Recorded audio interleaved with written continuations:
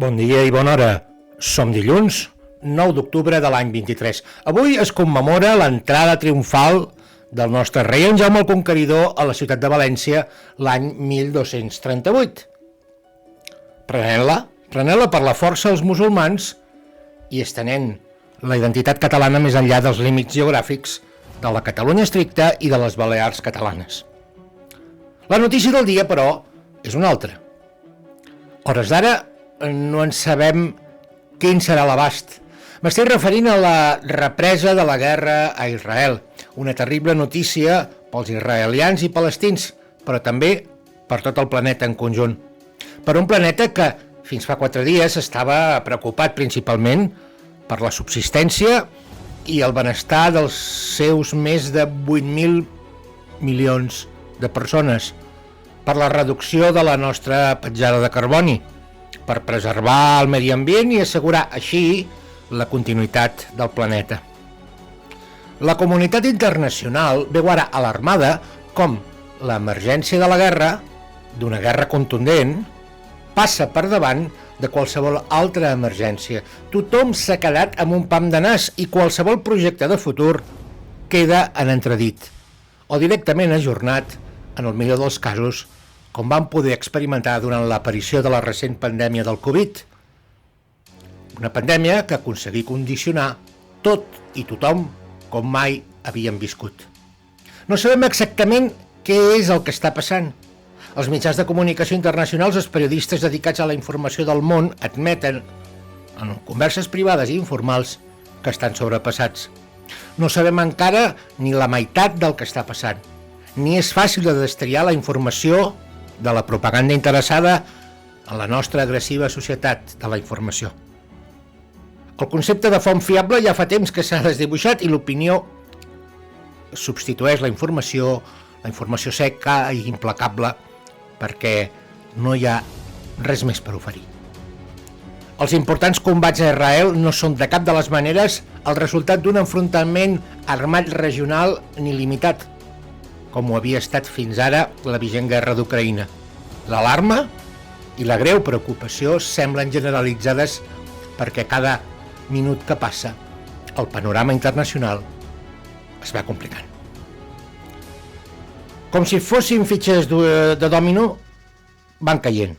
De retruc fan aparició altres protagonistes, com les milícies libaneses de Hezbollah, xiites, aliades de l'Iran, que ja han entrat en aquest nou capítol de la inacabable guerra d'Israel i Palestina.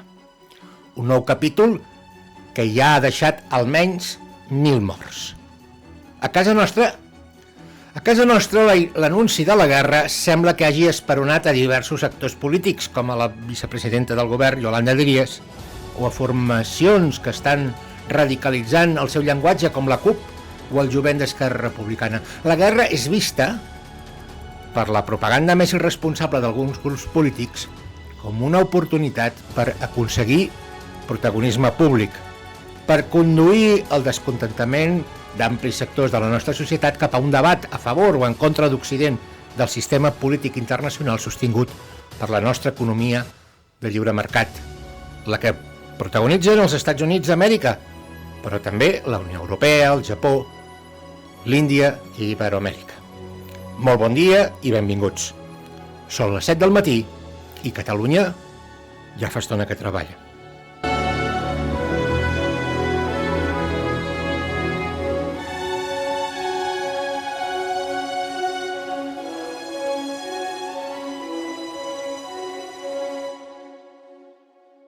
En moments com aquest, l'ordre internacional i les organitzacions dels països demostren que no poden res davant de la potència dels estats, els autèntics senyors de la guerra.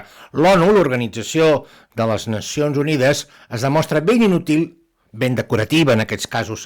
Segons les darreres informacions, almenys 260 cossos han estat trobats al lloc d'un festival de música organitzat al sud d'Israel, segons l'organització d'ajuda Zaka. I almenys es compten 100 hostatges detinguts per Hamas, tal i com ha anunciat l'estat hebreu.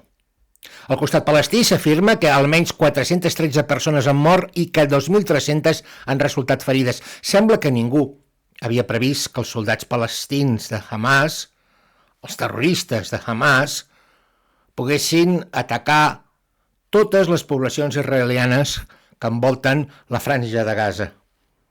Que ningú no va imaginar el moment, la festivitat del sàbat, ni va quantificar l'envergadura de l'atac ni l'audàcia d'aquesta operació de guerra, de devastació.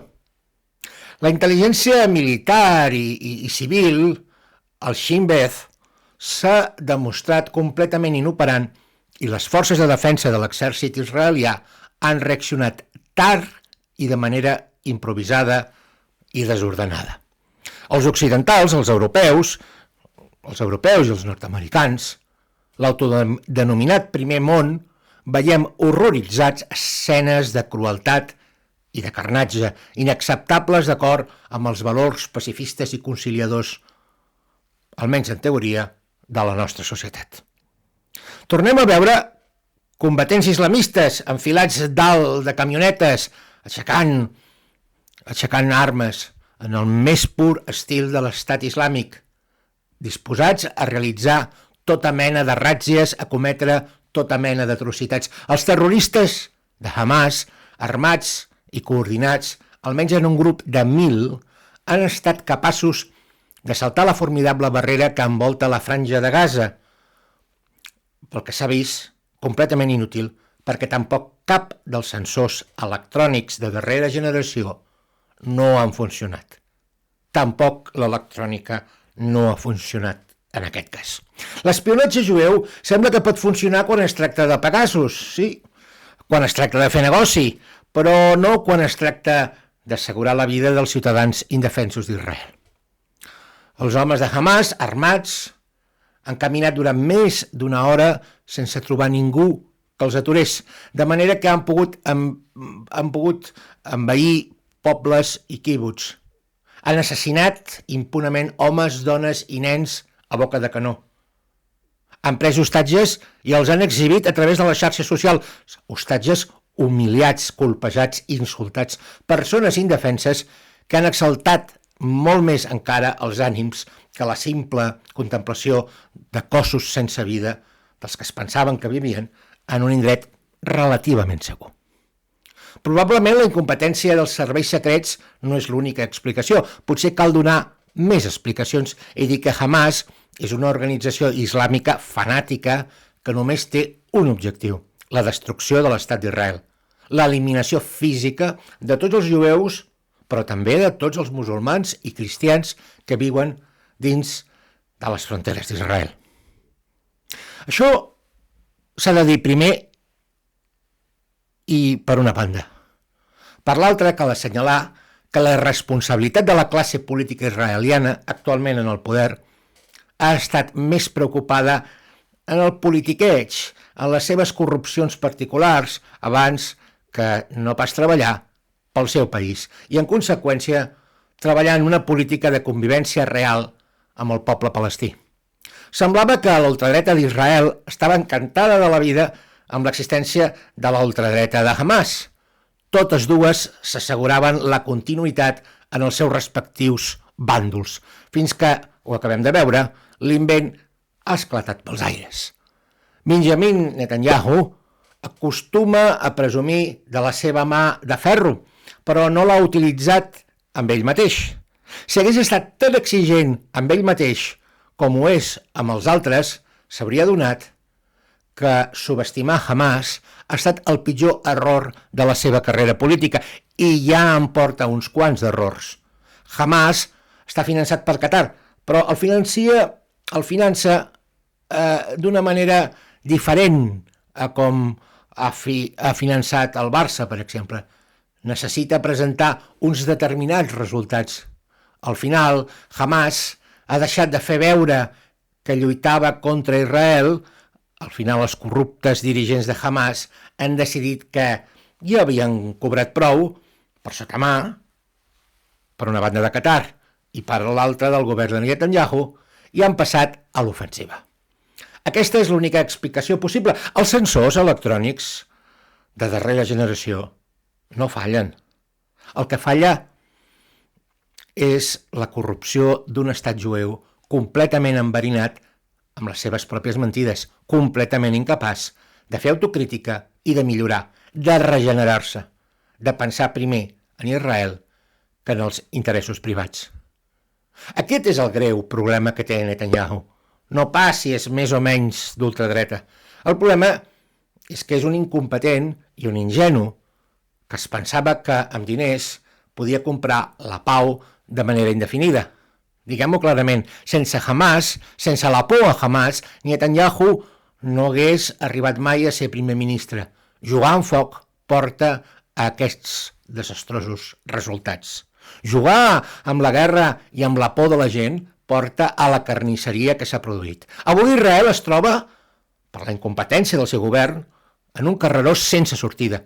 L'atac de Hamas posa en entredit de manera molt greu els intents de normalització de relacions entre Israel i l'Aràbia Saudita, entre Israel i una part del món musulmà que accepti de manera definitiva l'existència de l'estat jueu. Mohammed bin Salman, el príncep hereu saudita, ha fet grans esforços per entendre's amb Netanyahu, però a partir d'aquí no es pot preveure què pot passar.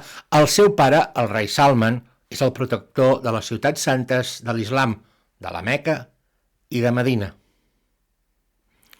I la venjança anunciada del govern israelià sobre la població palestina no sembla un plat que pugui pair el vell monarca davant d'una opinió pública musulmana completament fanatitzada. Jo mateix, quan he visitat Israel i la zona palestina, interlocutors d'una i de l'altra banda m'han dit sempre el mateix. Aquí no tenim petroli, aquí no tenim cap negoci que no sigui la guerra. La guerra és el nostre negoci, vivim de la por que fem al planeta sencer. I l'ombra de l'Iran, aliat estratègic de Hamas en aquest conflicte, pot fer encara molta més por. En fi, no tenim temps per res més. Demà continuarem. Per favor, recomaneu aquest espai si us ha agradat i poseu que us agrada si és el cas. Moltes gràcies per fer-nos costat. Moltes gràcies a Pere Badia i a tot l'equip. Aquí em teniu enfrontat als nostres partits polítics actuals i convençut del futur de Catalunya. Disconforme, incòmode, malcontent, l'os de la música.